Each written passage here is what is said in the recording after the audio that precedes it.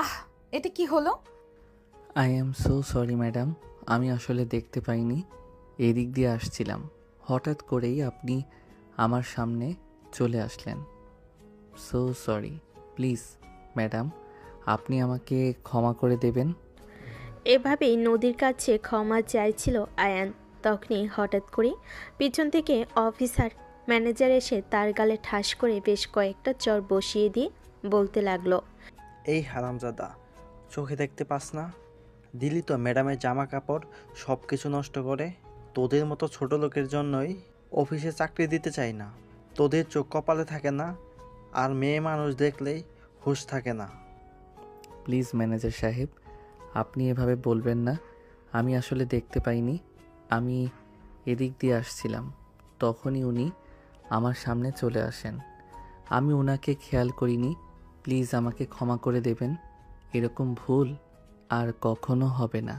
এরকম বলে আর কখনো হবে না, এটা বললেই হলো। তুই নিজেকে কি ভেবেছিস? তুই আমাকে বলবি আর আমি তোকে ক্ষমা করে দিব? এক্ষুনি ম্যাডামের পায়ে ধরে ক্ষমা চাবি। আচ্ছা ম্যানেজার সাহেব, ঠিক আছে, কোনো সমস্যা নেই, আমি এক্ষুনি ম্যাডামকে পা ধরে ক্ষমা চাইব, কিন্তু তারপরও আপনি প্লিজ আমাকে ক্ষমা করে দিন। এই বলে আয়ান নদীর দিকে এগিয়ে যাচ্ছিল। তখনই নদী আয়ানকে থামিয়ে দিয়ে ঠাস করে ম্যানেজারের গালে দুইটা চর বসিয়ে দিয়ে বলতে লাগে, চারটা ওকে নয়, আপনাকে চটা ওকে নয়, আপনাকে দেওয়া উচিত। কারণ আমার বাবা টাকা দিয়ে অফিসে স্টাফ রেখেছে নাকি গরু ছাগল রেখেছে, আমি তো সেটাই বুঝতে পারছি না। আজ যদি আমি অফিসে না আসতাম তাহলে তো এগুলো আমার চোখেই পড়তো না। মাত্র 2 মাস আমি দেশের বাইরে, আর এর মধ্যেই অফিসের এই অবস্থা করে ফেলেছে আমার বাবা। আমি তো এটা ভাবতেই পারছি না। সরি ম্যাডাম, আপনি প্লিজ কিছু মনে করবেন না। এই সব ছোটো লোকের বাচ্চাদেরকে আর অফিসে কোনো চাকরি দেওয়া হবে না। ওকে অফিস থেকে বের করে দেওয়া হবে। আপনি প্লিজ একটু শান্ত হন। এই অফিস থেকে যদি কেউ বের হয়ে যায় সেটা হলেন আপনি। কারণ আমি আজকের মধ্যে আপনাকে অফিস থেকে বের করে দেওয়ার ব্যবস্থা করছি। আপনি কোনো মানুষ নন, আস্ত একটা অমানুষের বাচ্চা। এই বলে নদী চিৎকার চেঁচামেচি করতে করতে তার বাবার কেবিনের দিকে এগিয়ে গেল। তার বাবা তখন একটা জরুরি ক্লায়েন্ট মিটিংয়ে ব্যস্ত ছিল, আর নদী সেখানে গিয়েই চিৎকার করে তার বাবাকে বলতে লাগলো, বাবা, অফিসের এই কি অবস্থা করেছে তুমি? আমি মাত্র 2 মাস দেশের বাইরে, এর মধ্যে তুমি অফিসটাকে আস্ত একটা গরুর গোয়াল বানিয়ে ফেলেছো। নদীর বাবা তখন পরিস্থিতি সামাল দেওয়ার জন্য উঠে দাঁড়িয়ে নদীকে উদ্দেশ্য করে বলতে থাকেন, কি হয়েছে মা, তুমি এভাবে চিৎকার চেঁচামেচি করছো কেন? আমি এখানে একটা জরুরি ক্লায়েন্টের মিটিংয়ে ব্যস্ত আছি। তুমি প্লিজ একটু শান্ত হয়ে বসো, আমি মিটিং শেষ করে তারপরে তোমার সঙ্গে কথা বলছি। তোমার ক্লায়েন্ট মিটিং মাই ফুট। তুমি এক্ষুনি মিটিং বন্ধ করো। আমি এক্ষুনি তোমার সঙ্গে কথা বলবো, মানে এক্ষুনি তোমার সঙ্গে কথা বলবো আমি। 2 সেকেন্ড দেরি করব না।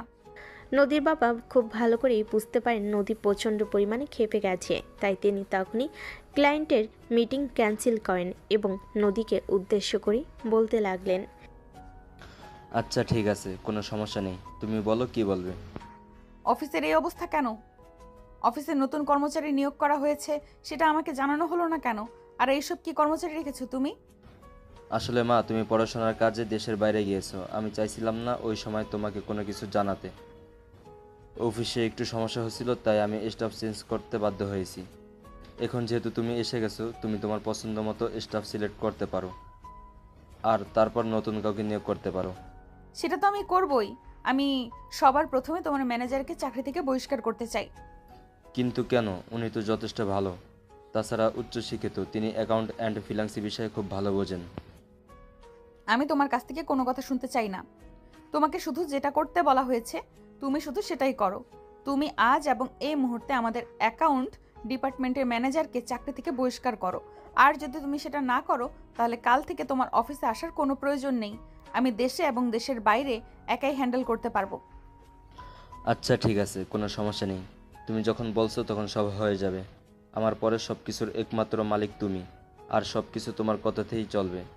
এই সব কিছু নিয়ে তোমাকে কোনো চিন্তা করতে হবে না। ঠিক আছে, তাহলে আমি বাসায় যাচ্ছি। আমি এয়ারপোর্ট থেকে শুধু অফিসে চলে এসেছি।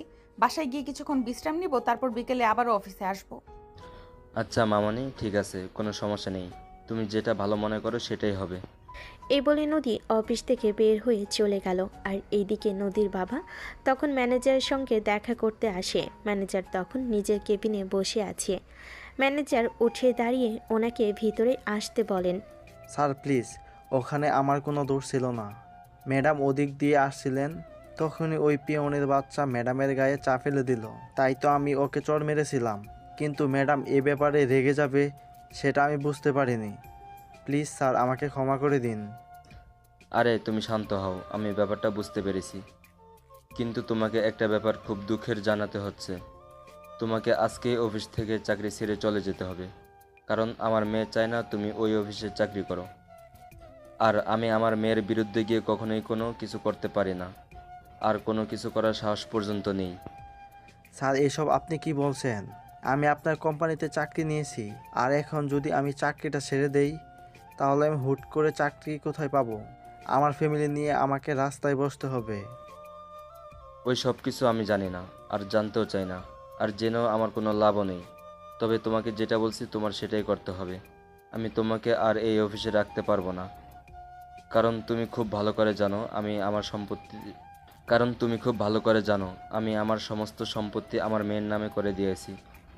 আমার মেয়ে এখন সাবালক হয়েছে। আমার অফিস থেকে শুরু করে বাকি সব কিছু আমার মেয়ে নিজেই দেখাশোনা করে, দেশের ব্যবসা এবং দেশের বাইরে। আমার মেয়ের একটু পরীক্ষা ছিল, সেজন্য সে 2 মাসের জন্য দেশের বাইরে গিয়েছিল, আর এই জন্য আমি অফিস দেখাশোনা করছিলাম। আর তখনই তোমাকে নিয়োগ দেওয়া হয়। কিন্তু এখন আমার মেয়ে চাইছে না তোমাকে আমি এই অফিসে রাখি। তাই তোমাকে আজ, এখন এবং এই মুহূর্তে এখান থেকে চাকরি ছেড়ে চলে যেতে হবে। কিন্তু স্যার প্লিজ, আপনি আমার ব্যাপারটা বোঝার চেষ্টা করুন। এখানে আমার কোনো দোষ ছিল না। হ্যাঁ আমি জানি এবং সবটা বুঝতে পেরেছি, কিন্তু আই অ্যাম সরি, আমার কিছুই করার নেই। আমি অ্যাকাউন্টে বলে দিয়েছি তুমি তোমার আগামী 3 মাসের স্যালারি নিয়ে কিছুক্ষণের মধ্যেই অফিস থেকে বের হয়ে যাবে। এই বলে নদীর বাবা ম্যানেজারের কেবিন থেকে বের হয়ে চলে গেলেন। আর এদিকে ম্যানেজার রাগে ফুসফুস করতেছে। সামান্য একটা পিয়নের জন্য তার চাকরি চলে গেল। তিনি এই চাকরিতে মোটামুটি ভালো অঙ্কের বেতন পেতেন, যেটা অন্য কোনো কোম্পানিতে পাবেন না। তাই এই চাকরিটা তার কাছে সোনার হরিণ পাওয়ার মতোই ছিল। কিন্তু কিছুই করেনি, যেহেতু কোম্পানি কর্তৃপক্ষ সিদ্ধান্ত নিয়েছে, তাই চাকরি ছেড়ে তাকে চলে যেতেই হবে। ম্যানেজার সাহেব অ্যাকাউন্ট ডিপার্টমেন্ট থেকে নিজের স্যালারি পৌঁছে নিয়ে অফিস থেকে বের হয়ে যাচ্ছিলেন। তখনই আবারও আয়নের সঙ্গে ওনার দেখা হয়ে গেল। আয়নের সামনে দাঁড়িয়ে তিনি এমনভাবে আয়নের দিকে তাকিয়ে আছেন যেন তার চোখ দুটো দিয়ে আগুনের গোলা ঠিকরে পড়ছে। আয়ন সেটা বুঝতে পেরে বলতে লাগলো। আমি দুঃখিত ম্যানেজার সাহেব, আপনি আমাকে এই অফিসে চাকরি দিয়েছিলেন, কিন্তু আজ আমার জন্য আপনার এত বড় একটা ক্ষতি হয়ে গেল। প্লিজ আপনি আমাকে ক্ষমা করে দেবেন। তোকে ক্ষমা করব আমি, সেটা তুই ভাবলি কি করে? তুই অফিস থেকে বের হ। যেটা তুই কল্পনা করতে পারবি না, আর তখন তুই খুব ভালোভাবে বুঝতে পারবি এই ম্যানেজারের ক্ষতি করা এর পরিমাণ কতটা ভয়াবহ হতে পারে। প্লিজ ম্যানেজার সাহেব, আপনি এরকমটা বলবেন না। আপনি তো খুব ভালো করেই জানেন এখানে আমার কোনো দোষ ছিল না। আমি এদিক দিয়ে যাচ্ছিলাম, হঠাৎ করে ওনার সঙ্গে ধাক্কা লেগে গেল। এখানে হয়তো আমার দোষ থাকতে পারে, কিন্তু ম্যাডাম আপনার গায়ে হাত তুলেছে বা আপনার চাকরি চলে গেছে, তাতে কিন্তু আমার কোনো দোষ নেই। তাছাড়া আপনি এটাও খুব ভালো করেই জানেন তাদের সঙ্গে আমার ব্যক্তিগত কোনো সম্পর্ক নেই, চেনা জানা পর্যন্ত নেই। এটা তুই ভাবলি আর আমি মেনে নেব? সেটা তুই ভাবলি কি করে? বললাম তো তুই অফিস থেকে বের হ, তারপর তোকে বোঝাবো মজা। কথাটা মনে মনে বলতে বলতে অফিস থেকে বের হয়ে গেলেন ম্যানেজার সাহেব। বাড়ি থেকে আয়ন তার কাজে মনোযোগ দিল। সেদিন বিকেলবেলা আবারও অফিসে আসে নদী। নদী যখন অফিসে গেট দিয়ে ভিতরে প্রবেশ করছিল, তার সামনে গেটের কাছে দাঁড়িয়ে আয়ন একটা পলিথিন থেকে কলা আর রুটি বের করে খাচ্ছিল। এটা দেখে নদী তার দিকে এগিয়ে যায়, আর তখনই সে আয়নকে জিজ্ঞাসা করে। তুমি দুপুরে খাবার খাওনি? ম্যাডাম এই তো খাচ্ছি। আসলে অফিসের সবার খাওয়া দাওয়া শেষ হয়ে গেলে ক্যান্টিন পরিষ্কার করে তারপরেই আমি খেতে আসি। সে না হয় বুঝলাম, কিন্তু তুমি দুপুরের খাবারে ভাতের বদলে শুকনো রুটি কলা কেন খাচ্ছ? না মানে আসলে ম্যাডাম, সে অনেক লম্বা কাহিনী, সেসব কথা আমি আপনাকে বলতে চাই না। আচ্ছা ঠিক আছে, সেসব কথা শোনার সময়ও এখন আমার নেই। তবে এই নাও, এখানে 200 টাকা আছে, তুমি বাইরে থেকে কিছু খাবার খেয়ে তারপর সে ডিউটি করে, অফিস তো ছুটি হবে রাত 8টায়, সে পর্যন্ত তুমি এই কলা রুটি খেয়ে থাকতে পারবে না। কোনো সমস্যা নেই ম্যাডাম, আমি থাকতে পারবো। তাছাড়া এই সব কিছু খেয়ে থাকার অভ্যাস আমার আছে, আপনাকে চিন্তা করতে হবে না। তোমার কি কানে সমস্যা আছে নাকি? আমি তোমাকে কি বলেছি তুমি শুনতে পাও? আমি যদি এক্ষুনি বাইরে থেকে খাবার খেয়ে এসে এরপর ডিউটি করবে, তা না হলে কিন্তু এর জন্য তোমাকে পানিশমেন্ট পেতে হবে, এই তোমাকে আমি বলে দিলাম। কিন্তু ম্যাডাম, আমি বললাম তো, আমি কোনো কিন্তু শুনতে চাই না। তোমাকে যেটা বলেছি তুমি সেটাই করো। এক্ষুনি বাইরে যাও আর তারপর খাবার খেয়ে এসে ডিউটি করবে। তখন আর কোনো কথা বলার সাহস পেল না, কারণ নদী এই অফিসের বসেরও বস। তার উপরে তার কোনো কথা চলে না। একটু আগে ম্যানেজারের সঙ্গে কী হয়েছে সেটা তো আয়ন খুব ভালো করেই জানে। তাই সে কোনো কথা না বলে চুপচাপ অফিস থেকে বের হয়ে সামনের একটা ভাতের হোটেলে চলে গেল। সেখান থেকে খাবার খেয়ে 20 মিনিটের মধ্যেই অফিসে চলে আসে। আয়ন অফিসে আসা মাত্রই নদী আয়নকে নিজের কেবিনে ডেকে নিল আর তারপর বলতে লাগলো, আচ্ছা, আমি তোমার ব্যাপারে কিছু জিজ্ঞেস করতে চাই। হ্যাঁ ম্যাডাম, অবশ্যই বলুন। আপনি আমার ব্যাপারে কি জানতে চান? আমি আপনার কথার উত্তর দেওয়ার জন্য প্রস্তুত আছি। পড়াশোনা কোন পর্যন্ত করেছো? ম্যাডাম, আসলে আমি পড়াশোনা এখনও শেষ করিনি। আমি ঢাকা ভার্সিটি থেকে ইংলিশে অনার্স করছি। এই বছর 3rd সেমিস্টারে আছি। কি বলো তুমি? সত্যি কথা বলছো তো? হ্যাঁ ম্যাডাম, আমি একদম সত্যি কথাই বলছি। আমি ঢাকা বিশ্ববিদ্যালয় থেকে ইংলিশে অনার্স করছি। তাহলে তো তুমি আরো ভালো কোনো পোস্টে চাকরি করতে পারো। তাহলে তুমি পিয়নের চাকরি কেন করছো? ম্যাডাম, আসলে আমি পড়াশোনার পাশাপাশি চাকরি করছি তো। আসলে আমার ফ্যামিলির আর্থিক অবস্থা খুবই খারাপ। আমার ফ্যামিলির এই মুহূর্তে আমার পড়াশোনার খরচ জানাতে পারছে না, আর এই থেকে আমিও পড়াশোনাটা ছাড়তে চাই না। তাছাড়া অন্য কোনো কোম্পানিও আমাকে পড়াশোনার পাশাপাশি চাকরি করতে দেবে না। তাছাড়া এখান থেকে যা বেতন পাচ্ছি আলহামদুলিল্লাহ আমার চলে যায়, সেজন্যই আমার এখানে চাকরি করা। আচ্ছা ঠিক আছে, আমি তোমার ব্যাপারটা নিয়ে ভেবে দেখব। আমি চাই তুমি আমাদের কোম্পানিতেই বড় কোনো পোস্টে চাকরি করো, কারণ তোমার যোগ্যতা, তোমার কোয়ালিফিকেশন আরো ভালো কিছু ডিজার্ভ করে। হ্যাঁ ম্যাডাম, সেটা আমি জানি, কিন্তু আমার কিছুই করার নেই।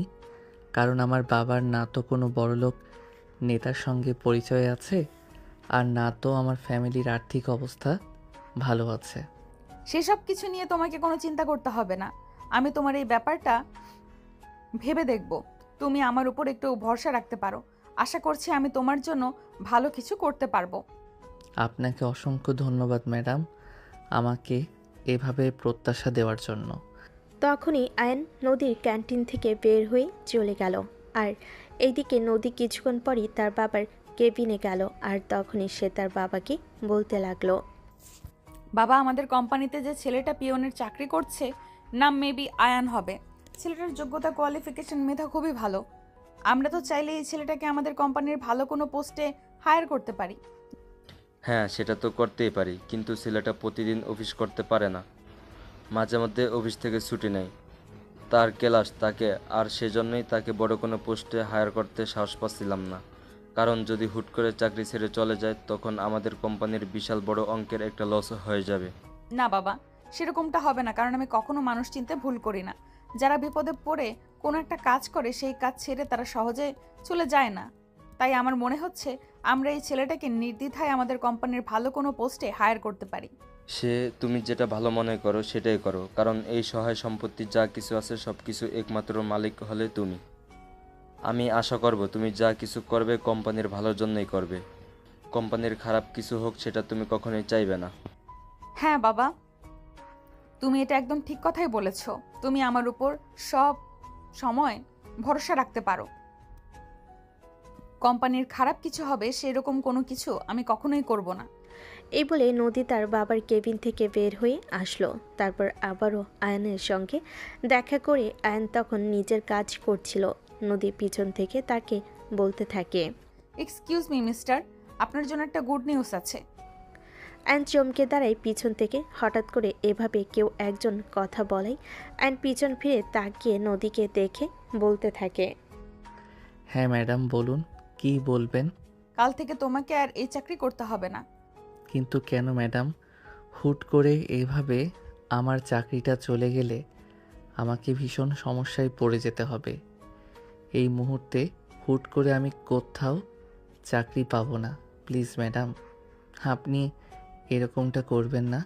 তখনই নদী আয়নকে একটু আশ্বস্ত করে বলে, আরে না বোকা ছেলে, সেরকম কোনো ব্যাপার না। আমি তোমাকে কি বলছি তুমি সেটা আগে শোনো। তোমার প্রমোশন দিতে চাই। মানে? তুমি তো খুব ভালো করে জানো আজ আমার এই কোম্পানির ম্যানেজারের চাকরি চলে গেছে।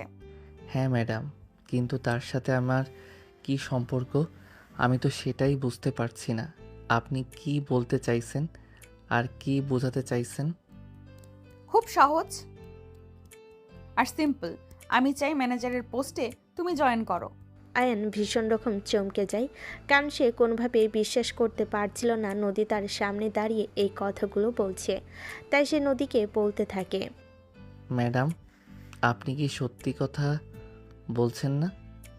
আমার সাথে মজা করছেন? আচ্ছা, তোমার কেন এরকমটা মনে হচ্ছে আমি তোমার সঙ্গে মজা করছি? তাছাড়া আমি তোমার সঙ্গে কেন মজা করব? তুমি আমার দুলাভাই লাগো নাকি আমি তোমার শালিকা লাগে তোমার সঙ্গে আমি মজা করব? ছি ছি ম্যাডাম, এসব আপনি কি বলছেন? এরকমটা কেন হতে যাবে? আমি তো জাস্ট এমনি আপনাকে জিজ্ঞাসা করলাম। ঠিক আছে, কোনো সমস্যা নেই। অফিস ছুটি হওয়ার পর তুমি আমার সঙ্গে দেখা করবে। আমি তোমার অ্যাপয়েন্টমেন্ট লেটার দিয়ে দেব। আচ্ছা ম্যাডাম, ঠিক আছে। আপনাকে অসংখ্য ধন্যবাদ। আপনার এই ঋণ হয়তো আমি কোনোদিনই শোধ করতে পারবো না। আমার ঋণ শোধ করার যখন তোমার এতই শখ, তখন যখন সময় হবে নিশ্চয়ই তোমাকে বলবো এই ঋণ শোধ করার জন্য। কিন্তু তখন কিন্তু আবার তুমি আমাকে না বলতে পারবে না, তাহলে কিন্তু আমি খুব রেগে যাব। আপনি কোনো চিন্তা করবেন না ম্যাডাম। যদি কখনো আমার এমন সুযোগ আসে যে আমি আপনাকে হেল্প করতে পারবো, তাহলে অবশ্যই আমি সেটা করার জন্য চেষ্টা করব।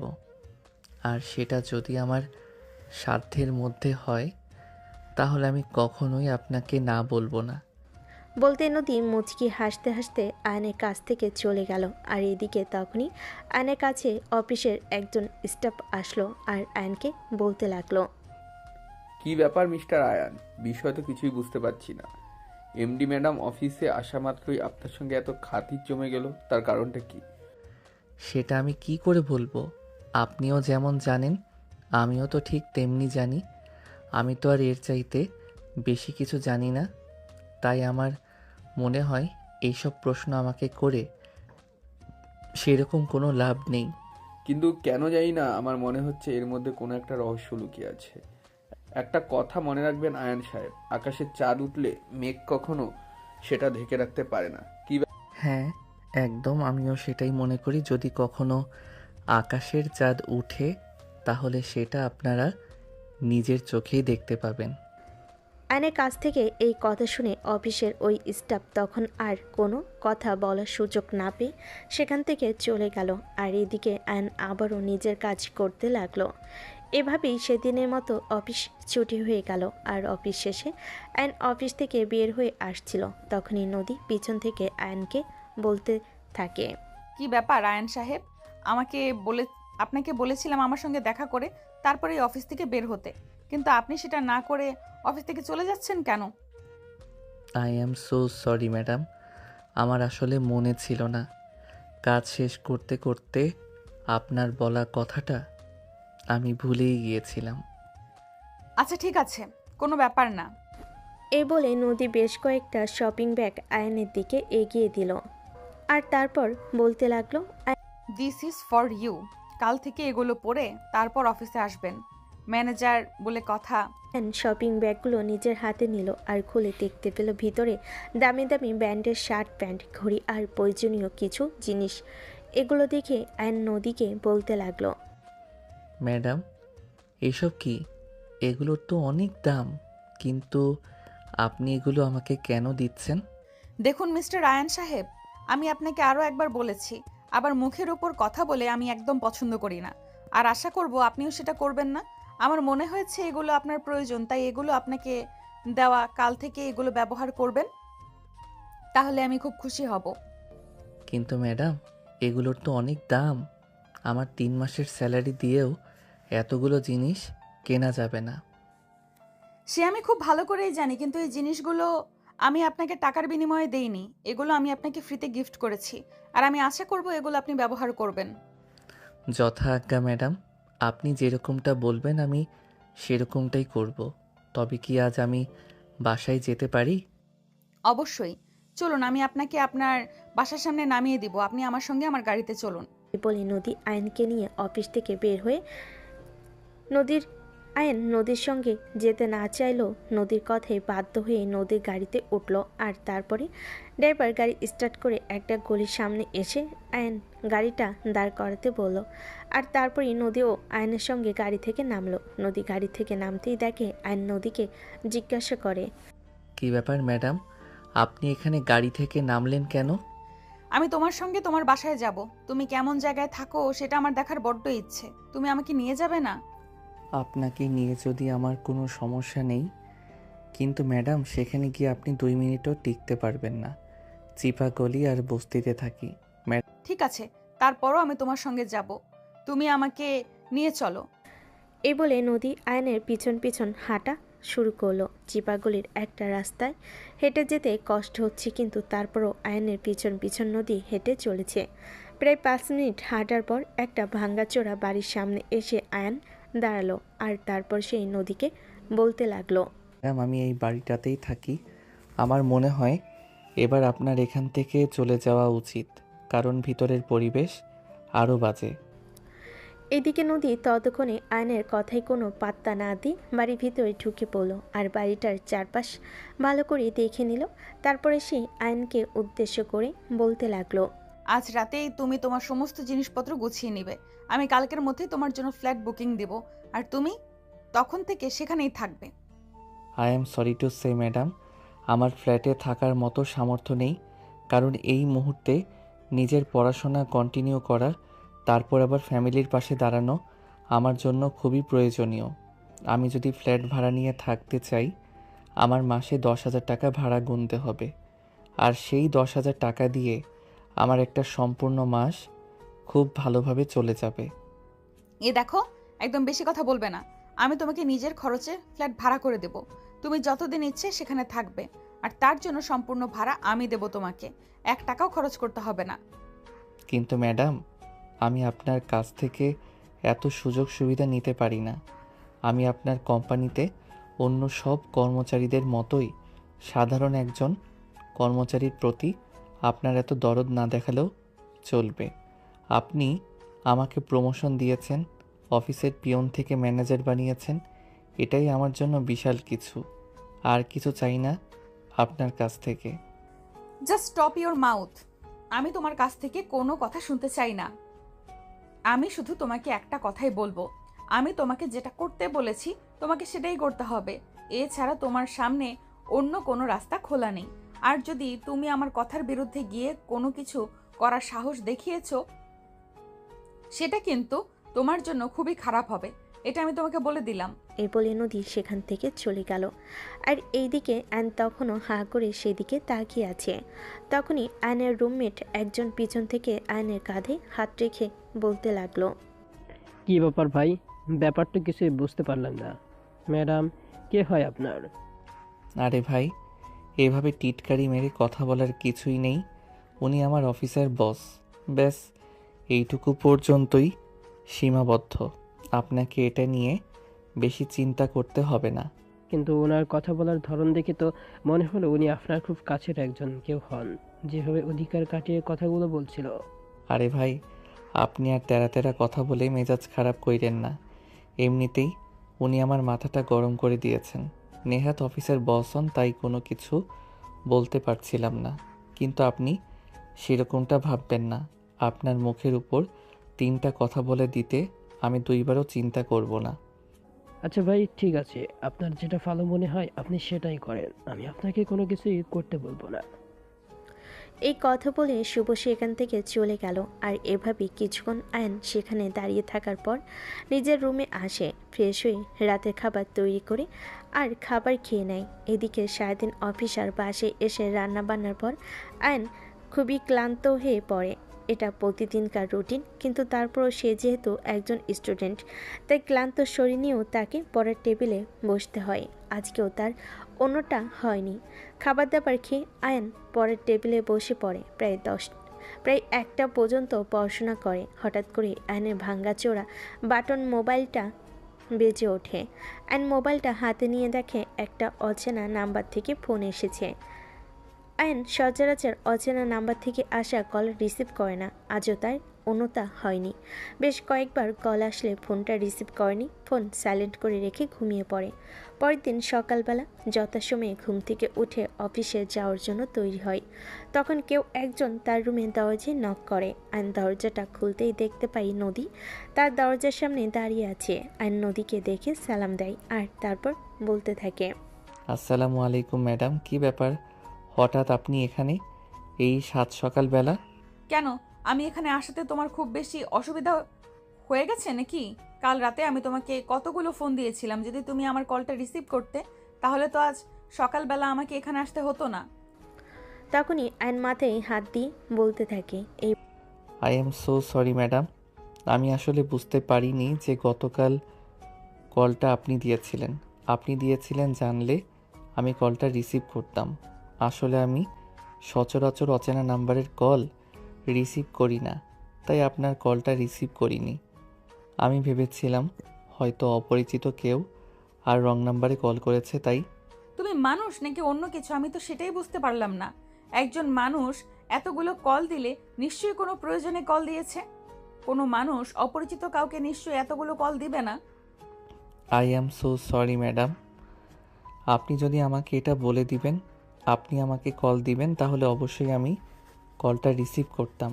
নেক্সট টাইম আর কখনো এমন হবে না। আচ্ছা ঠিক আছে, বাদ দাও সেসব কথা। তোমাকে আমি যা বলেছিলাম তা করেছো তো? না মানে আসলে ম্যাডাম, প্রতিদিনের মতো কাল অফিস থেকে এসে খাওয়া দাওয়া শেষ করে পড়তে বসেছিলাম, আর তখনই অনেক রাত হয়ে গেছে, তাই আর এসব কিছু করার সময় ছিল না। আচ্ছা ঠিক আছে, তুমি শুধু আমার বইপত্র গুছিয়ে নাও, আর বাকি সব কিছু আমি তোমাকে কিনে দেব। এই সব কিছু নিয়ে চিন্তা করতে হবে না।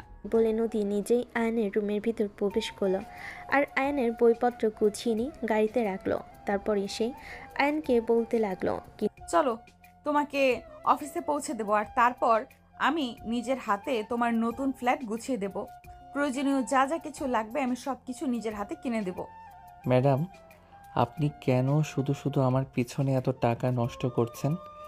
এসব কিছুর আসলেই কোনো প্রয়োজন ছিল না। কিন্তু নদী তখন আর আয়নের কথার কোনো উত্তর দিল না, চুপচাপ গাড়িতে এসে বসলো। আয়নও তখন আর কোনো কথা বলার সাহস না পেয়ে নদীর পিছনে পিছনে গাড়িতে এসে বসে। নদী গাড়িতে বসে ড্রাইভারকে গাড়ি স্টার্ট করতে বলে। ড্রাইভার অফিসের সামনে এসে গাড়ি দাঁড় করালো। তারপরে আয়ন আর নদীর দুজনে একসঙ্গে গাড়ি থেকে নামলো। যে ব্যাপারটা অফিসের অনেক স্টাফই লক্ষ্য করেছিল, কিন্তু নদী সেসব কিছু পরোয়া না করে আয়নকে নিয়ে অফিসের ভিতরে প্রবেশ করে আর ম্যানেজারকে নিয়ে যায়। নদী আয়নকে নিয়ে সোজা ম্যানেজারের চেয়ারে বসালো আর তারপর বলতে লাগলো, আজ থেকে এই চেয়ার, এই কেবিন শুধুই তোমার। ম্যাডাম, আপনি আমাকে এত বড় একটা দায়িত্ব দিলেন, আমি এই দায়িত্ব ঠিকঠাক মতো পালন করতে পারবো তো? ইনশাল্লাহ তুমি এই দায়িত্ব পালন করতে পারবে। তোমার উপর এতটুকু ভরসা আমার আছে। তোমাকে এই একদিন থেকে আমি যতটুকু জেনেছি আর যতটুকু বুঝেছি, তোমাকে চোখ বন্ধ করে বিশ্বাস করা যায়। কিন্তু ম্যাডাম, আমাকে এসব ব্যাপারে কোনো পূর্ব অভিজ্ঞতা নেই। আমি যদি না পারি কিংবা যদি কোনো ভুল করি তখন কি হবে? অত সব কিছু নিয়ে তোমাকে কোনো চিন্তা করতে হবে না। তোমাকে আমি যেটা করতে বলেছি তুমি শুধু সেটাই করো, আর তারপর যা হবে সব আমি সামলে নেব। তাছাড়া তুমি নতুন এটা আমি খুব ভালো করেই জানি, তাই তোমাকে সমস্ত ব্যাপারে আমি সহযোগিতা করব। এই বলে আয়নের কেবিন থেকে বের হয়ে চলে গেল আর তারপর সোজা অফিস থেকে আয়নের জন্য কেনা নতুন ফ্ল্যাটে। সেখানে সে আয়নের জন্য বেশ কিছু ফার্নিচার অর্ডার করেছে, সেগুলো অলরেডি চলে এসেছে। আর তারপর লোকের সহযোগিতা নিয়ে সেগুলোকে সুন্দর করে সাজাতে থাকে। সমস্ত কাজ শেষ করে মোটামুটি প্রায় দুপুরের মতো হয়ে গেল অফিসে। আর তারপরে নদী অফিসে ফিরে আসলো। নদী অফিসে ফিরে আসা মাত্রই আয়ান নদীর কাছে গেল, তারপর বলতে লাগলো, আরে ম্যাডাম, আপনি তো আমাকে কোনো কাজ বুঝিয়ে না দিয়ে অফিস থেকে বের হয়ে চলে গেছেন। আমি তো সেই সকাল থেকে বসে আছি, কোনো কাজ করিনি। হ্যাঁ তো কি হয়েছে, কাজ জমে গেছে, কোনো সমস্যা নেই, আমি করে দেব। আমি তো তোমাকে বলেছি তুমি যত রকম সমস্যা করবে আমি তোমাকে সব রকম সমস্যা থেকে তুলে নিয়ে আসার জন্য সাহায্য করব। কিন্তু ম্যাডাম, তারপরেও এই তুমি সব সময় এত কথা বলো কেন? তোমাকে না বলেছি সব সময় আমার মুখের উপরে কোনো কথা বলবে না। আমার মুখের উপরে কথা বলো আমি একদম পছন্দ করি না। কেন, তুমি কি এটা কানে শুনতে পাও না নাকি? আচ্ছা ঠিক আছে madam, I am so sorry. আপনি প্লিজ আমাকে আমার কাজগুলো বুঝিয়ে দিন। নদী তখন আর কোনো কথা না বলে চুপচাপ আয়নকে তার কাজ বুঝিয়ে দিল আর তারপরে সে নিজেই কেবিনে চলে গেল। এদিকে কিছুক্ষণ পরেই অফিসে বেশ কিছু স্টাফ মিলে আয়নের কেবিনে আসে আর সবাই মিলে আয়নকে বলতে থাকে, ব্যাপার মিস্টার? তো আমার কিছুই বুঝতে পারছি না। কি ব্যাপার মিস্টার? আমরা তো কিছুই বুঝতে পারছি না। প্রথমে আপনার জন্য ম্যানেজারের চাকরি চলে গেল, আর তারপর আবার ম্যানেজার জায়গায় আপনি এসে বসলেন। আসল ব্যাপারটা আমার কাছে গোলমেলে লাগছে। এখানে গোলমেলে লাগার কোনো ব্যাপার নেই। যেটা হয়েছে শুনুন, আমি বলছি। ম্যানেজার সাহেবকে নতুন ম্যাডামের পছন্দ নয়, তাই ওনাকে বের করে দিয়েছেন। আর ওনার মনে হয়েছে আমি এই কাজটার জন্য উপযুক্ত, তাই উনি আমাকে এই কাজটা দিয়েছেন। এতে যদি আপনাদের পার্সোনালি কোনো প্রবলেম থাকে তাহলে ম্যাডামের সঙ্গে কথা বলতে পারেন। পাগল হয়েছেন নাকি? আপনারে যে ম্যাডামের সঙ্গে এসব কথা বলতে যায়, আমার যে ম্যাডামের সঙ্গে এসব ব্যাপার নিয়ে কথা বলতে যাই, আমাদেরকে ঠিক ওই মুহূর্তে ওই অফিসার থেকে চাকরি ছেড়ে চলে যেতে হবে। এটা আমার খুব ভালো করেই জানি, তাই আমরা নিজেদের জন্য কোনো রিস্ক নিতে চাই না। সেটা আপনাদের ব্যক্তিগত ব্যাপার, তবে আমাকে এসব ব্যাপারে কোনো প্রশ্ন করে বিরক্ত না করলেই খুশি হব। তখন আর তারা কোনো কথা বলার সাহস পেল না, চুপচাপ কেবিন থেকে বের হয়ে চলে গেল। তবে তাতেই নিজেদের মধ্যে কানাঘুষা চলতে লাগলো। আচ্ছা ব্যাপারটা কি বলতো, এই ছেলেটার মধ্যে ম্যাডাম কি এমন দেখেছে ওর জন্য ম্যানেজারের চাকরি চলে গেল, আর তারপর ওই ছেলেটাকে এই ম্যানেজারের পোস্টে বসিয়ে দিল, একদম পিয়ন থেকে ম্যানেজার বানিয়ে দিল। আরে ভাই, সেটা তো আমার মাথাতেই ঢুকছে না। আপনাকে কি করে বলবো অফিসে কত যোগ্য যোগ্য ব্যক্তি আছে, শিক্ষিত, কোয়ালিফিকেশনের সীমাবদ্ধ, কিন্তু ম্যাডাম তাদেরকে চোখে দেখতে পেয়েও সামান্য একটা পিয়নকে অফিসের ম্যানেজার বানিয়ে দিল। আরে ভাই আস্তে কথা বল, দেয়ালেরও কান আছে। কোনোভাবে যদি এসব কথা ম্যাডামের কান পর্যন্ত চলে যেতে পারে তাহলে আমাদের চাকরি থাকবে না, তখন ভাই ম্যানেজারের মতো আমাদেরকেও বউ বাচ্চা নিয়ে না খেয়ে মরতে হবে। হ্যাঁ ভাই, আপনি একদম ঠিক কথাই বলেছেন। যদি কোনোভাবে ম্যাডামের কান পর্যন্ত এই কথা চলে যেতে পারে, আমরা তার অগোচরে এসব বিষয় নিয়ে আলোচনা করছি, তাহলে আমাদের চাকরি চলে যাবে নির্ঘাত। তাই এসব ব্যাপার নিয়ে আলোচনা না করাটাই শ্রেয়। এই বলে তারা সেখানেই তাদের আলোচনা সমাপ্তি ঘটালো। এদিকে অফিস শেষ হতেই আয়ান অফিস থেকে বের হতে যাবে, তখনই নদী এসে তার সামনে দাঁড়ালো। আর তারপরে সে আয়ানকে বলতে লাগলো, চলো তোমাকে তোমার নতুন ফ্ল্যাটে নিয়ে যাব। আয়ন তখন কোনো কথা না বলে নদীকে অনুসরণ করলো, কারণ সে খুব ভালো করে জানে এখন নদীর সঙ্গে কোনো কথা বলতে গেলে নদী অকারণে রেগে যাবে আর আয়নকে সেই রাগের উষ্ণতা সহ্য করতে হবে। তাই চুপচাপ গাড়িতে এসে বসে আর তখনই নদীর ড্রাইভারকে গাড়ি স্টার্ট করতে বলে। তখনই ড্রাইভার নদীকে বলতে থাকে, ম্যাডাম এখন আমরা কোথায় যাব? আপনার বাসায় নাকি ওই বস্তিতে? বস্তি মানে? আপনার কি মাথা খারাপ হয়ে গেছে নাকি? আজ সকালে আমরা যে ফ্ল্যাট গুছিয়ে রেখে এসেছি ওই ফ্ল্যাটে নিয়ে চলুন। আচ্ছা ম্যাডাম ঠিক আছে, কোনো সমস্যা নেই, আপনি যেমন বলবেন। এই বলে ড্রাইভার গাড়ি স্টার্ট করে আর তারপর ও আয়ানের জন্য কেনা নতুন ফ্ল্যাটে এসে পৌঁছায়। অফিস থেকে খুব একটা দূরে না, এই তো মোটামুটি 3 মিনিটের রাস্তা। আয়নকে নদী উপরে নিয়ে গেল, আর তখনই ড্রাইভার নদীর বাবাকে ফোন করে। আসসালামু আলাইকুম স্যার, আপনাকে একটা কথা বলার জন্য ফোন দিয়েছিলাম। যদিও আমি বুঝতে পারছি না এই কথাটা আপনাকে বলা ঠিক হবে কি না। কি হয়েছে ড্রাইভার সাহেব? আপনার কণ্ঠস্বর এমন শোনাচ্ছে কেন? কোনো ঝামেলা হয়ে থাকলে আপনি আমাকে খোলাখুলি বলতে পারেন, কোনো সমস্যা নেই।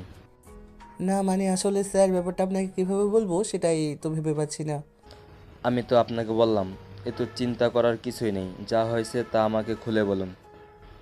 আর আপনি যদি আমাকে খুলে না বলেন তাহলে আমি বুঝবো কি করে কি হয়েছে। না মানে আসলে ম্যাডাম যখন থেকে অফিসে এসেছে তখন থেকেই দেখছি ওই পিয়ন ছেলেটাকে নিয়ে একটু বেশি বাড়াবাড়ি করছে। এটা আমার ঠিক সুবিধার মনে হচ্ছে না। হ্যাঁ, সেটা তুমি একদমই ঠিক বলেছো। এই ব্যাপারটা আমিও লক্ষ্য করছি। কাল থেকে আমার মেয়ে অফিসে এসেছে, আর কাল থেকেই সব কিছু গন্ডগোল হয়ে গেছে। আমি বুঝতে পারছি না আমার মেয়ে এই ছেলেটার মধ্যে কী এমন দেখেছে। স্যার আসলে আমি আপনাকে এটাই বলতে চাই, আপনি আপনার মেয়েকে একটু দেখে রাখবেন, কারণ এই সব গরিব ছোট লোকদের একদম বিশ্বাস নেই। ওরা যে কোনো সময় যে কোনো কিছু করে ফেলতে পারে, তাই আপনাকে এই কথাটা বলা। আচ্ছা ঠিক আছে, আমি ব্যাপারটা বুঝতে পেরেছি, আর আমাকে এসব কথা বলার জন্য আপনাকে অসংখ্য ধন্যবাদ। তবে আপনি যে আমাকে এই কথা বলেছেন, ওরা যেন এটা কোনোভাবেই জানতে না পারে। স্যার আপনার কি মাথা খারাপ হয়ে গেছে? ওরা যদি এই ব্যাপারে কোনোভাবে জানতে পারে তাহলে আমার চাকরি থাকবে না। আমি আপনাদের কোম্পানি থেকে যে মোটা অঙ্কের বেতন পাই সেটা তো অন্য কোথাও গেলে পাবো না। তাই আমি আমার ব্যাপারে যথেষ্ট সচেতন থাকবো। আর আপনিও কিন্তু কখনোই আমার ব্যাপারটা তাদের সামনে প্রকাশ করবেন না। এই বলে তারা নিজেদের মতো কথা বলা শেষ করলো, আর তারপরেই ফোন দিল। এদিকে নদী আয়নকে তার ফ্ল্যাটে নিয়ে আসলো। সারপ্রাইজ! দেখো তোমার এটা পছন্দ হয়েছে কিনা। আয়ান ভিতরে ঢুকে 4-5টা ভালো করে একবার দেখে নিল। দামি ফ্ল্যাট, সেই সঙ্গে দামি ফার্নিচার।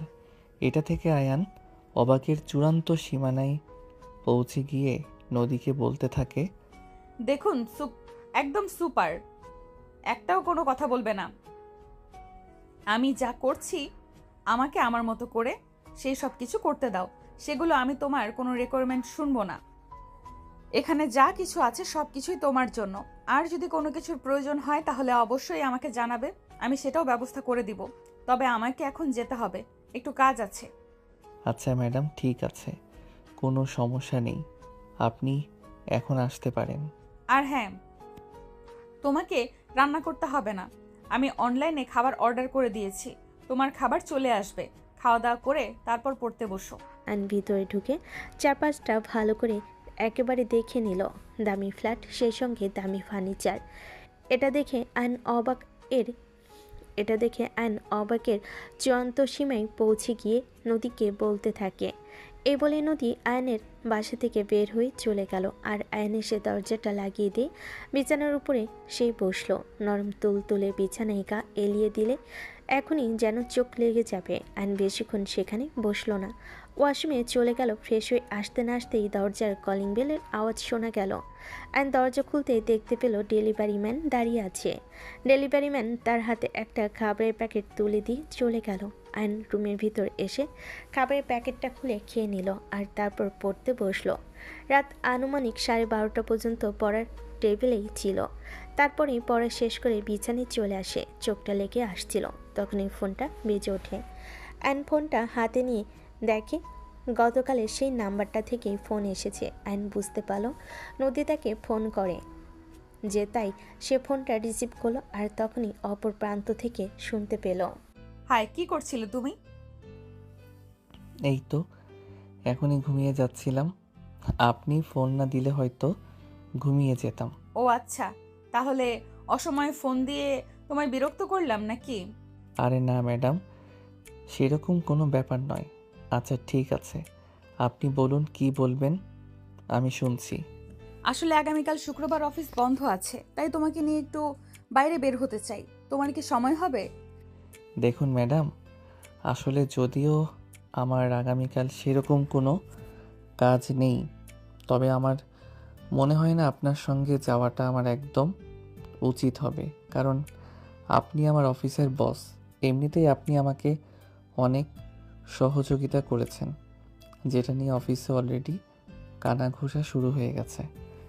তারপর যদি কেউ এটা কোনোভাবে জানতে পারে আমি আপনার সঙ্গে বাইরে সময় কাটাচ্ছি, তাহলে কি হবে সেটা আপনি খুব ভালোভাবেই বুঝতে পারছেন। দেখো, আমি কে কি করলো কে কি না করলো সেই সব কিছু নিয়ে আমি কখনোই সেরকমভাবে কোনো চিন্তা ভাবনা করি না। আর আমি বলবো তোমাকেও চিন্তা করার কোনো প্রয়োজন নেই, কারণ তুমি ছেলে মানুষ, বদনাম পুরুষকে কখনো ছুতে পারে না। ম্যাডাম, আপনি ভুল কথা বলছেন। বদনাম কখনো বড়লোক মানুষকে ছুঁতে পারে না। আমরা গরিব মানুষ, আমাদের কাছে মান সম্মান সব কিছু। আমরা সব কিছুর ঊর্ধ্বে গিয়ে মান সম্মানকে নিয়ে চিন্তা করি। আরে বাবা, আমি তোমাকে বললাম তো এই সব কিছু নিয়ে তোমাকে কোনো চিন্তা করতে হবে না। আমি তো আছি, আমার উপরে তুমি ভরসা করতে পারো। আমি থাকতে তোমার কোনো ক্ষতি হতে আমি কখনোই দেব না। আমি জানি ম্যাডাম, কিন্তু তারপরেও মানুষ আপনাকে কিংবা আমাকে নিয়ে কোনো মন্তব্য করুক, সেটা আমি চাই না।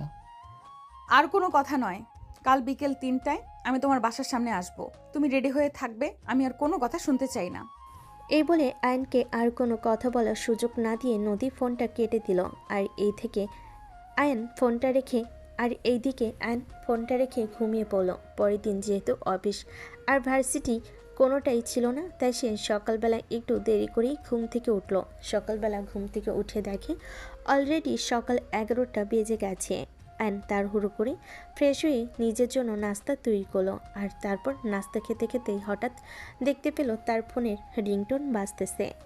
এসে মোবাইলটা হাতে নিয়ে দেখে তার বাড়ি থেকে ফোন করা হয়েছে। অ্যান ফোনটা রিসিভ করলো। কী রে বাবা, কেমন আছিস?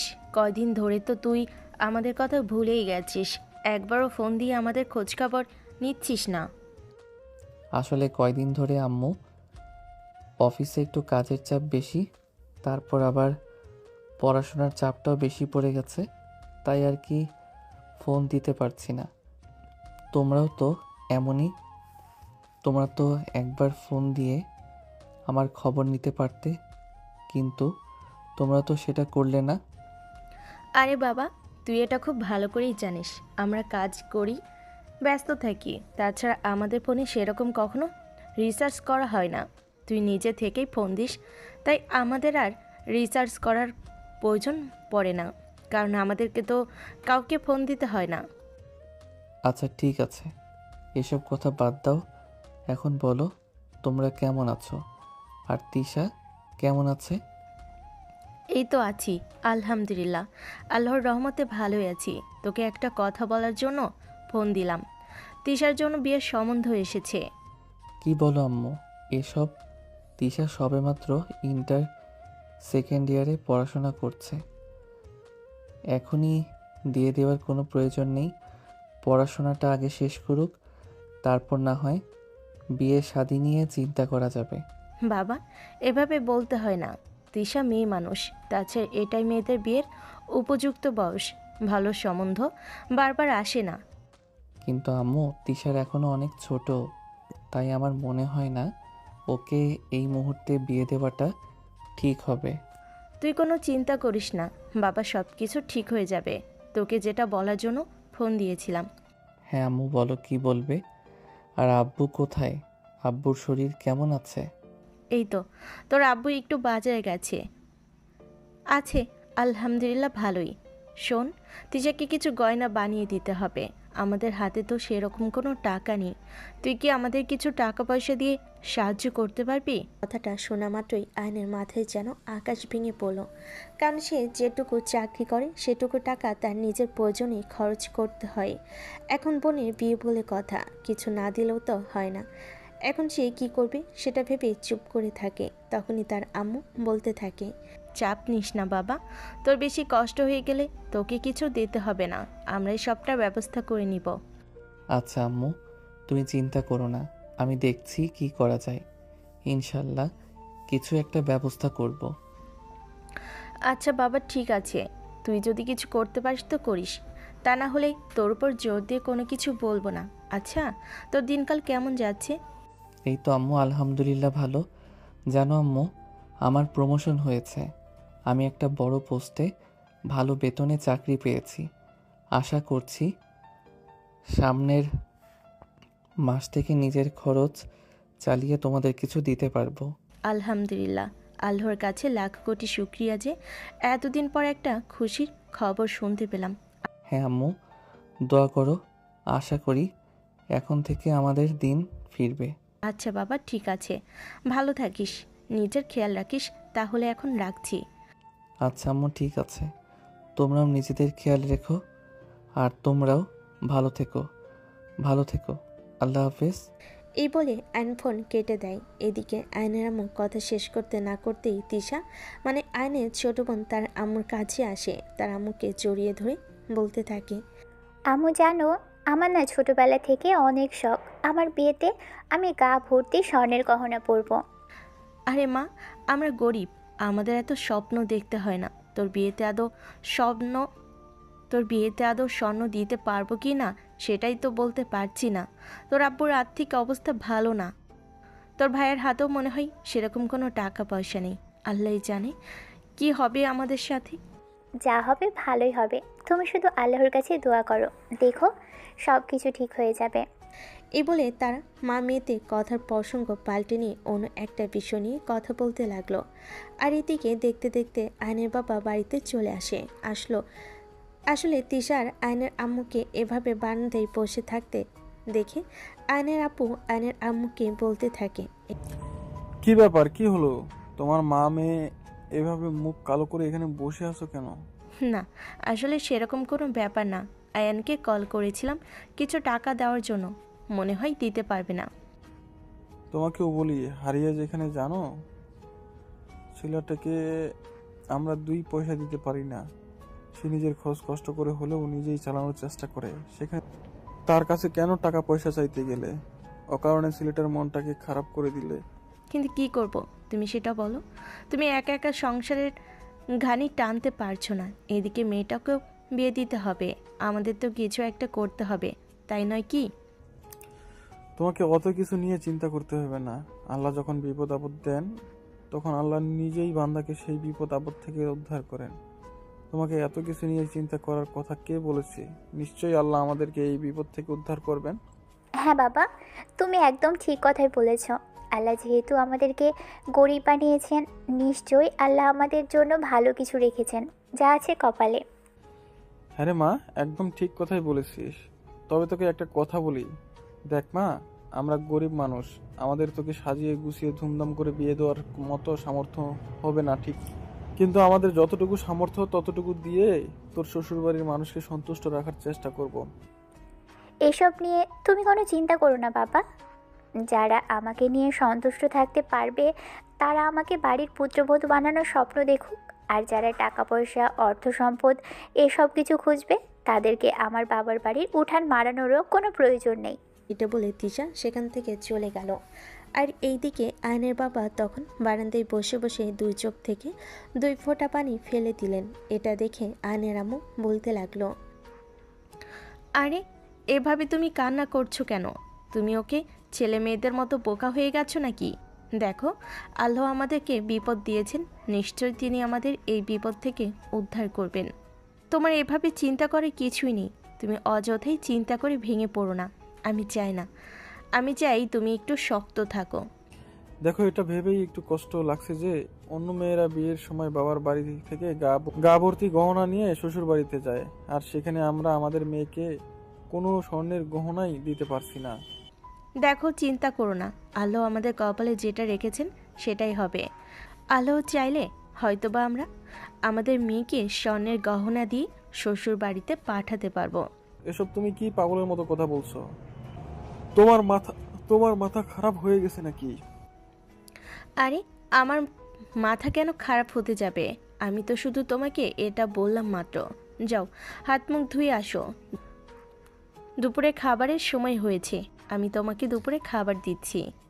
এই বলে আয়নের আম্মু ঘরের ভিতর চলে গেলেন। আয়নের বাবা তখন পুকুর ঘাটে গিয়ে হাত মুখ ধুয়ে রান্নাঘরে চলে আসেন খাবার খাওয়ার জন্য। আয়নের আম্মু আয়নের আব্বুকে খাবার বেড়ে দেন। অপরদিকে আয়ন খাবার খাওয়া শেষ করে বিছানায় এসে বেশ কিছুক্ষণ বিশ্রাম নেয়। আর ঠিক কিছুক্ষণ পরেই নদী আয়নকে ফোন করে আর বলতে থাকে, কি হলো, তুমি রেডি হয়েছো? তোমাকে না আমি কাল বলে রেখেছিলাম 3টার মধ্যে রেডি হয়ে থাকতে। ম্যাডাম, আসলে সকালবেলা ঘুম থেকে উঠতে একটু লেট হয়ে গেছে। আপনি জাস্ট 5 মিনিটে দাঁড়ান, আমি 5 মিনিটের মধ্যেই রেডি হয়ে আসতেছি। আমি তোমার ফ্ল্যাটের দরজার সামনে দাঁড়িয়ে আছি, দরজাটা খোলো। আমি দাঁড়িয়ে থাকতে থাকতে পা ব্যথা করছে। এটা শুনে আইন দৌড়ে গিয়ে দরজা খুলে দিল, আর তখনই দেখতে পেল নদী সেখানে দাঁড়িয়ে আছে। আইন নদীকে রুমের ভিতর আসতে বলে, আর তারপর বলতে থাকে, আরে ম্যাডাম, আপনি এখানে চলে এসেছেন সেটা আমাকে বললেই তো পারতেন। তাছাড়া আপনি যখন বাসা থেকে বের হয়েছেন তার আগে আমাকে একটা মিসড কল বা মেসেজ দিলেই তো হয়ে যেত। আমি নিজেই রেডি হয়ে নিচে চলে যেতাম। আপনি কেন সিঁড়ি বেয়ে আসতে গেলেন? তোমাকে দেখতে ইচ্ছে করছিল, তোমার রুমটা দেখতে ইচ্ছে করছিল, তাই চলে এসেছি। এখন যাও, তাড়াতাড়ি রেডি হয়ে নাও, আমি তোমাকে নিয়ে একটু বাইরে বের হব। এ বলে নদী আয়নের রুমের ভিতরে সে বিছানায় বসল। আয়ন আর কোনো কথা না বলে আলমারি থেকে শার্ট প্যান্ট বের করে ওয়াশরুমে ঢুকে গেল। 2-3 মিনিট পরেই কাপড় চেঞ্জ করে রুমে আসে। তখনই নদী ড্রেসিং টেবিলের উপর থেকে চিরুনিটা নিয়ে আয়নের চুলগুলো ঠিক করে দিতে লাগলো। আয়ন হাঁ করে নদীর দিকে তাকিয়ে আছে। এটা দেখে নদী আয়নকে বলতে লাগলো, কি ব্যাপার, তুমি আমার দিকে এভাবে হা করে তাকিয়ে আছো কেন? মনে হচ্ছে জীবনে এই প্রথমবার আমাকে দেখছো। না মানে আসলে ম্যাডাম, আপনি যেটা করছেন আমার মনে হয় সেটা একদম ঠিক হচ্ছে না। আপনি চিরুনিটা আমার কাছে দিন, আমার চুল আমি নিজেই ঠিক করে নিতে পারবো। দেখো, তোমাকে আমি আগেও বলেছি আর এখনো বলছি, এত কথা বলা আমার একদম ভালো লাগে না। আমি যখন যেটা করতে চাই তখন সেটাই আমাকে করতে দিবে, আর তা না হলে কিন্তু এর পরিণাম খুবই খারাপ হবে। আয়ন তখন আর কোনো কথা বলার সাহস পেল না। নদী আয়নের চুল ঠিক করে দিল, আর তারপর ড্রেসিং টেবিলের ডর থেকে পারফিউম নিয়ে আয়নের গায়ে লাগিয়ে দিতে লাগলো। তখনই আয়ন নদীকে বলতে লাগলো, আরে ম্যাডাম, এসব কিন্তু একটু বেশি বাড়াবাড়ি হয়ে যাচ্ছে। তখনই নদী নিজের ডান হাত দিয়ে আয়নের মুখটা বন্ধ করে দিয়ে বলতে লাগলো, একদম চুপ করে এখানে দাঁড়িয়ে থাকো, আমি যা করছি তা আমাকে করতে দাও।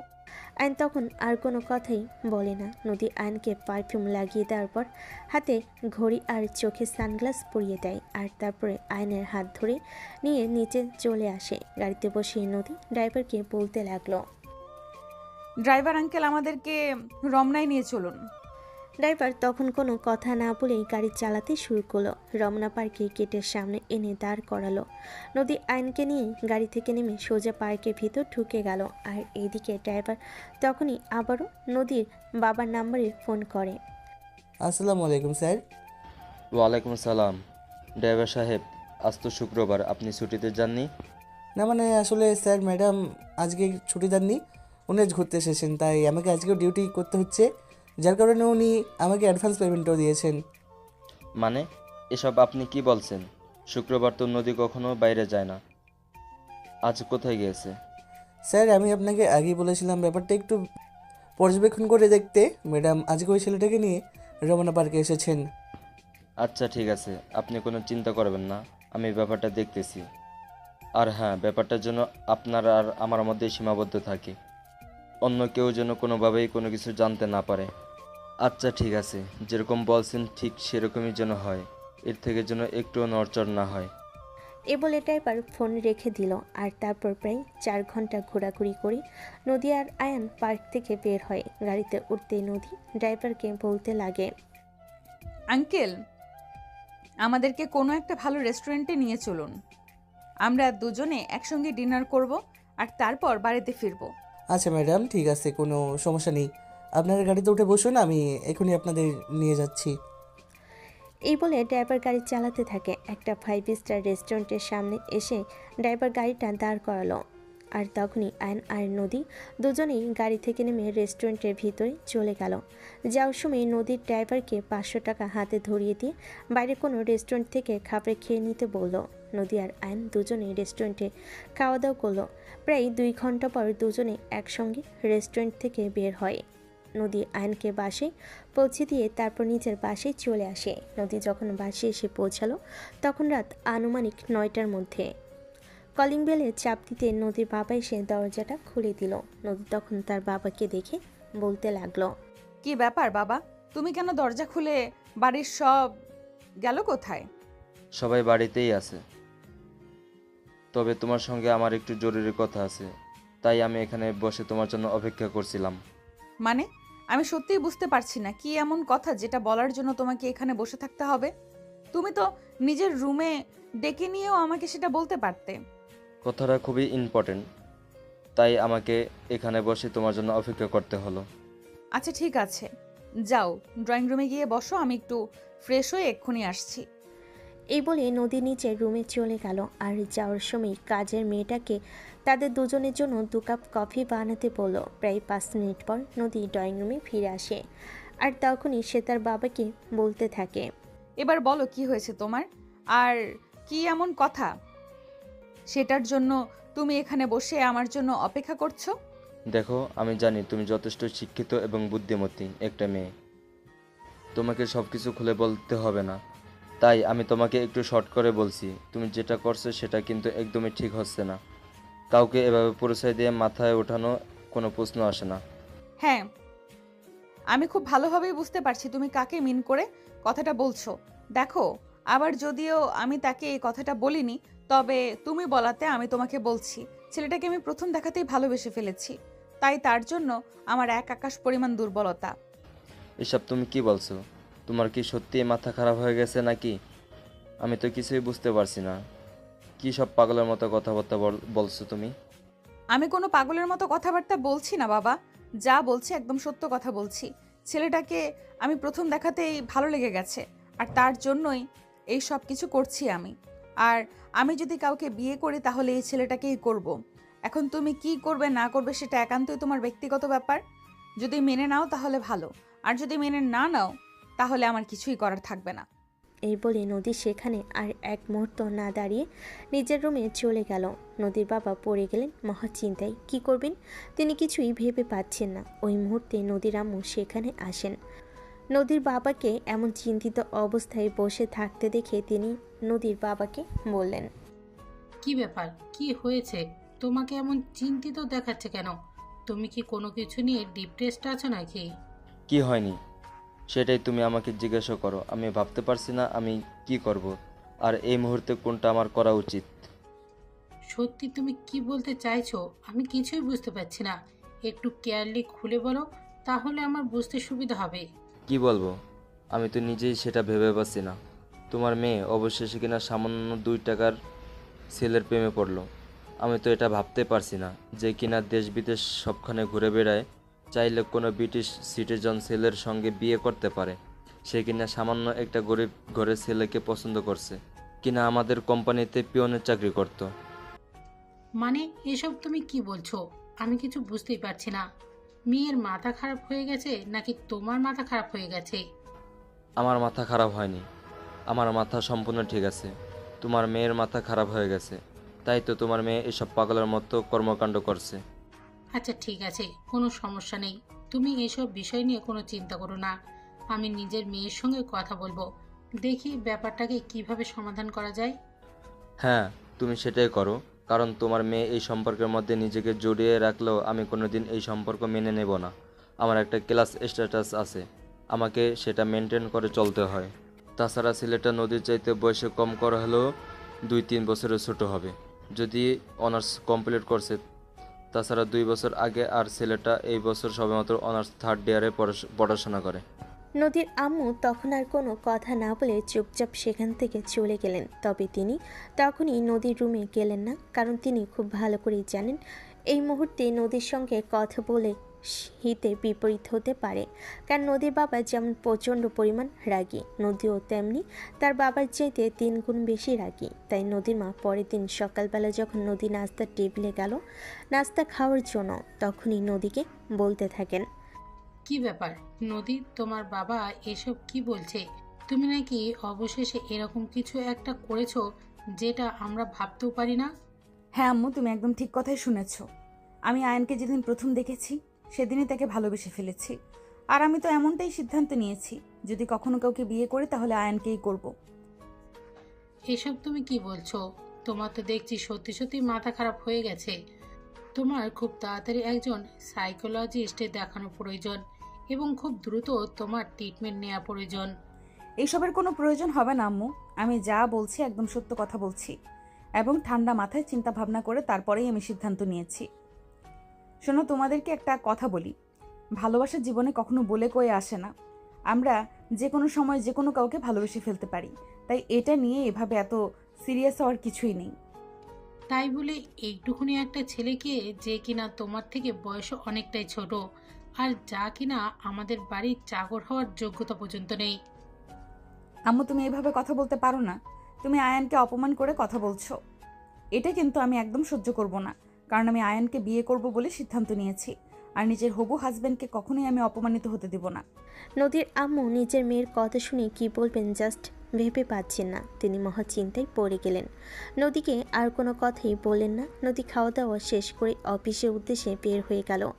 নদীর মা তখন নদীর বাবার রুমে গেলেন আর তারপর বলতে লাগলেন, কি করব, সত্যি আমি কোনো কিছু ভেবে কুল পাচ্ছি না। সে তো পরিষ্কার জানিয়ে দিয়েছে ওই ছেলেকে ছাড়া অন্য কাউকে বিয়ে করবে না। তুমি কিছু একটা করো। আমাকে একটু ভাবতে দাও, একটু সময় নিয়ে ভাবতে হবে এবং যা করার খুব তাড়াতাড়ি করতে হবে। দেরি হয়ে গেলে মিস হয়ে যাবে এবং আমাদের মেয়েকে ওই রাস্তা থেকে ফিরিয়ে আনতে একটু কষ্ট হবে। আমি কোনো কিছু জানি না আর জানতেও চাই না। আমি যদি তোমাকে এইটুকুনি কথাই বলতে চাই, যেন আমার মেয়ে কোনো ক্ষতি না হয়, সুস্থ এবং স্বাভাবিক অবস্থায় আমি আমার মেয়েকে ফিরে পাই।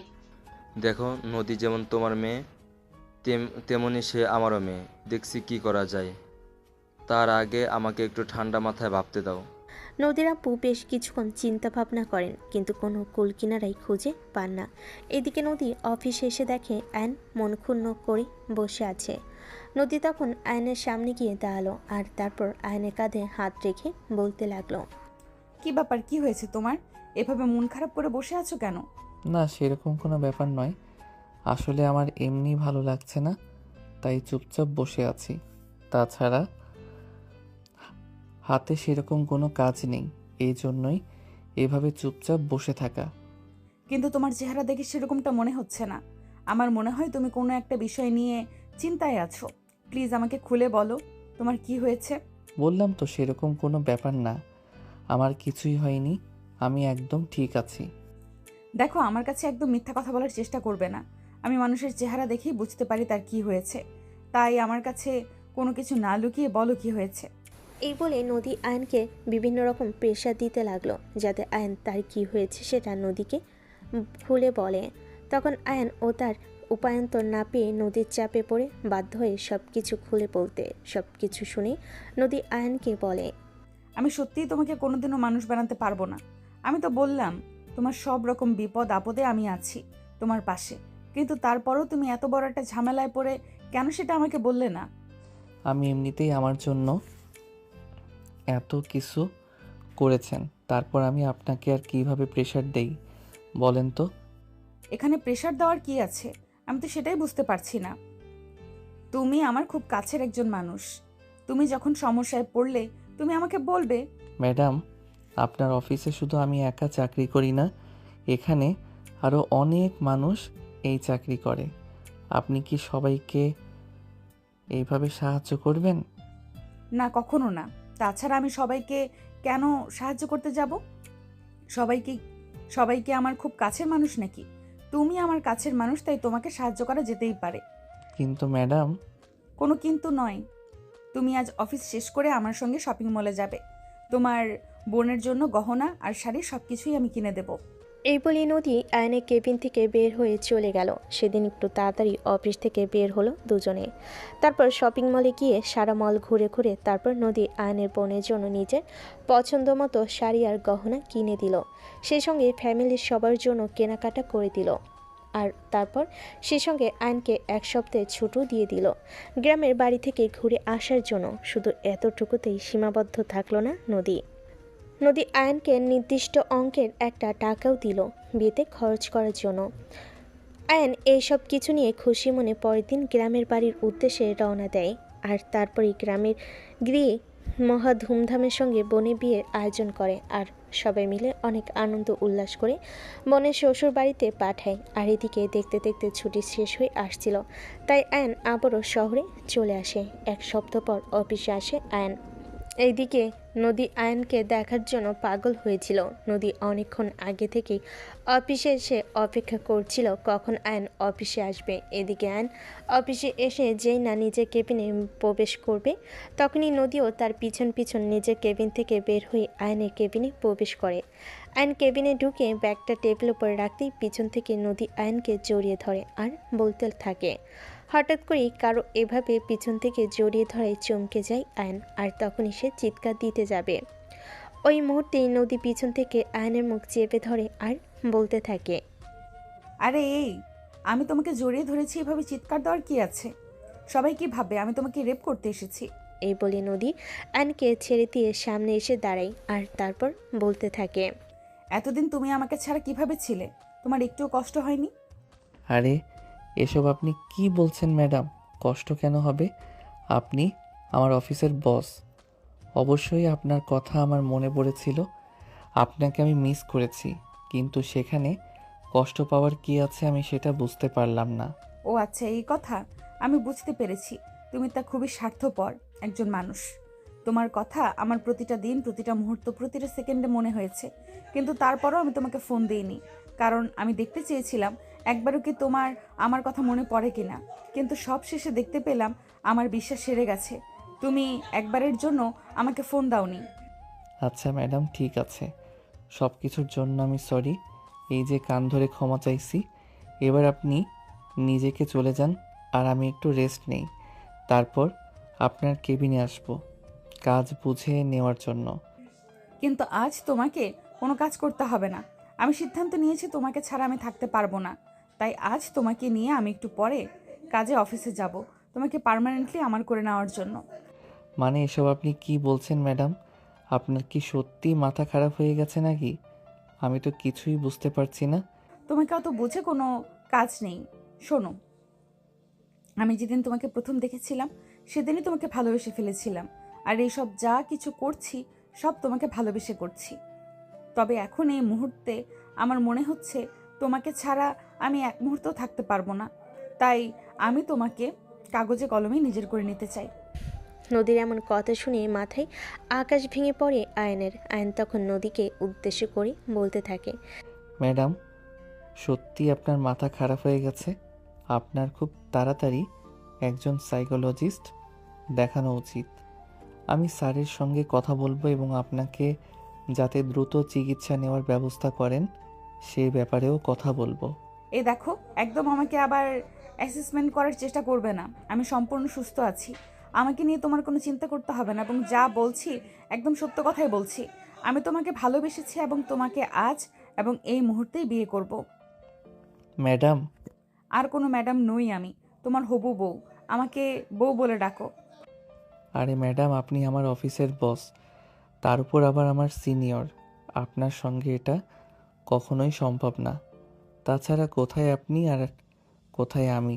মাটির পৃথিবীতে শুয়ে আকাশের চাঁদ ধরার মতো স্পর্ধা আমি দেখাতে চাই না। আচ্ছা ঠিক আছে, কোনো সমস্যা নেই, তোমাকে কোনো স্পর্ধা দেখাতে হবে না। ওই চাঁদ নিজের থেকেই মাটির পৃথিবীতে নেমে এসেছে, এবং সে মাটির পৃথিবীতে তোমার সঙ্গে ওই ভাঙা কুঁড়ে ঘরেই থাকতে চায়। তাতে যদি তোমার কোনো আপত্তি থাকে তাতেও আমার কিছু যায় আসে না, কারণ আমি নদী সিদ্ধান্ত নিয়েছি, এবং সেটা হয়নি এরকমটা আজ পর্যন্ত কোনো কাজ হয়নি। আমি যখন সিদ্ধান্ত নিয়েছি তোমাকে বিয়ে করব, এবং তোমাকে বিয়ে না করা পর্যন্ত আমি শান্তি পাবো না, তুমি নিজেকে মানসিকভাবে প্রস্তুত করো। আমরা আধা ঘন্টা পরেই অফিস থেকে বের হয়ে যাব, কারণ কাজে অফিস খুলবে সকাল 10টায়। এই বলে নদী আয়নের কেবিন থেকে বের হয়ে চলে গেল। এদিকে আয়নের মাথা বারবার চক্কর দিয়ে চলছে। সে কি করবে কিছুই বুঝতে পারছে না। হঠাৎই মনে পড়ল নদীর বাবার সঙ্গে এই ব্যাপারটা শেয়ার করলে নিশ্চয়ই তিনি কোনো সমাধান দিতে পারবেন। তাই তখনই আয়ন নদীর বাবার নাম্বারে ফোন দিল আর সব কিছু খুলে বলল। কিন্তু কথা শেষ হওয়ার আগেই নদী সেখানে পৌঁছে যায়, আর আয়ন নদীর বাবার সঙ্গে কথা বলছিল এটা নদী বুঝে যায়। তখনই আয়নের হাত থেকে মোবাইলটা কেড়ে নিয়ে ফ্লোরে ছুঁড়ে ফেলে দিল, আর তারপর আয়নের হাত ধরে টানতে টানতে অফিস থেকে নিয়ে বের হয়ে গেল।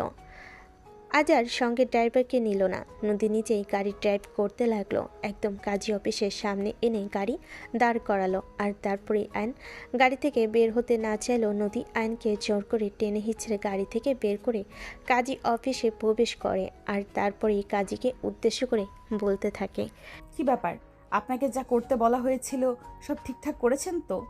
হ্যাঁ মা, তুমি ঠিক যেভাবে বলেছিলে আমি সেইভাবেই সব কিছু তৈরি করে রেখেছি।